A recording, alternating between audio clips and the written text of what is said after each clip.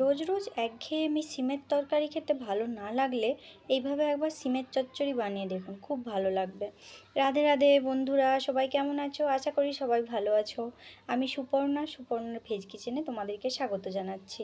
চলো সিমের রেসিপিটি শুরু করা যাক। এর জন্য আমি একটা বাটিতে 8-10টা বড়ি নিয়ে নিয়েছি, আর এখানে 250 গ্রাম মতো সিম কেটে নিয়েছি, আর 2টো বেগুন নিয়েছি, অল্প একটু মূলা কেটে নিয়েছি, আর 2টো মিডিয়াম সাইজের আলু নিয়েছি, আলুটাও কেটে নিয়েছি। একটা কড়াইতে তেল গরম হতে দিয়েছিলাম, তেলটা গরম হয়ে গিয়েছে। এবার এর মধ্যে বড়িগুলো লাল লাল করে ভেজে নেব। বড়িগুলো ভাজা হয়ে গিয়েছে, একটা প্লেটের মধ্যে তুলে নিচ্ছি। এবার ওই একই পরিমাণ তেলে আগে থেকে কেটে রাখা সিম আর বেগুনটা দিয়ে দেবো। এতে অল্প একটু হলুদ আর পরিমাণ মতো লবণ দিয়ে বেশ ভালো করে নাড়াচাড়া করে লাল লাল করে ভেজে নেব।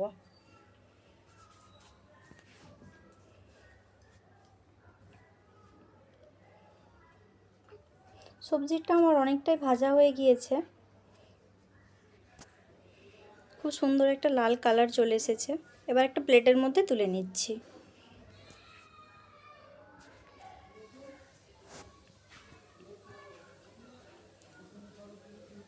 এবার ওই কড়াইতে বেশ কিছুটা পরিমাণ তেল দিয়ে দিয়েছি, ওতে একটা তেজপাতা আর ফোড়ন দিয়েছি, আর একটা গোটা লঙ্কা দিয়ে দিয়েছি। ফোড়নটা হয়ে গেলে এবার এর মধ্যে কেটে রাখা আলু আর মূলোটা দিয়ে দেব।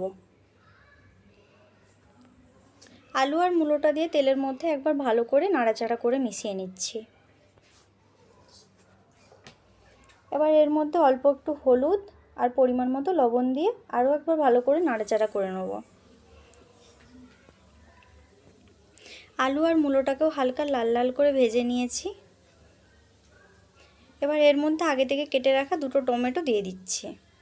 এর মধ্যে 1 চামচ হলুদ, 1 চামচ লঙ্কার গুঁড়ো, 1 চামচ জিরে গুঁড়ো, 1 চামচ ধনিয়া গুঁড়ো দিয়ে অল্প একটু জল দিয়ে ভালো করে মশলাটা কষিয়ে নেব। মশলাটা থেকে যতক্ষণ না তেল ছেড়ে আসে ভালোভাবে মশলাটা কষাতে থাকবো।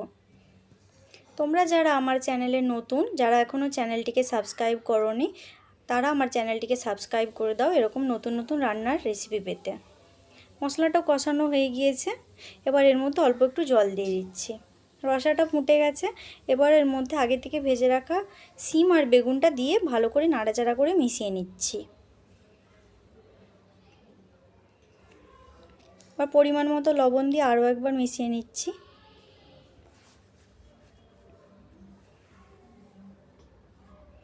আগে থেকে যে বড়িটা ভেজে রেখেছিলাম, বড়িটা এর মধ্যে অ্যাড করে দিচ্ছি। বড়িটা তাহলে একটু নরম হয়ে যাবে, তরকারিটা খেতে বেশ ভালো লাগবে। সবজিটা আমার বানানো হয়ে গিয়েছে, এবার এর মধ্যে অল্প একটু গরম মশলা আর ধনেপাতা কুচি দিয়ে তরকারিটা নামিয়ে নিচ্ছি। এবার এটা আমাদের ভগবানের জন্য ভোগ নিবেদন করব। তোমরা একবার হলেও এই রেসিপিটা বানিয়ে দেখো, বাড়ির সবার খুব ভালো লাগবে। ভিডিওটি ভালো লাগলে অবশ্যই লাইক করো আর কমেন্টে জানিও কেমন হয়েছে। রাধে রাধে বন্ধুরা, সবাই ভালো থেকো, সুস্থ থেকো। আবার দেখা হবে পরের নেক্সট ভিডিওতে।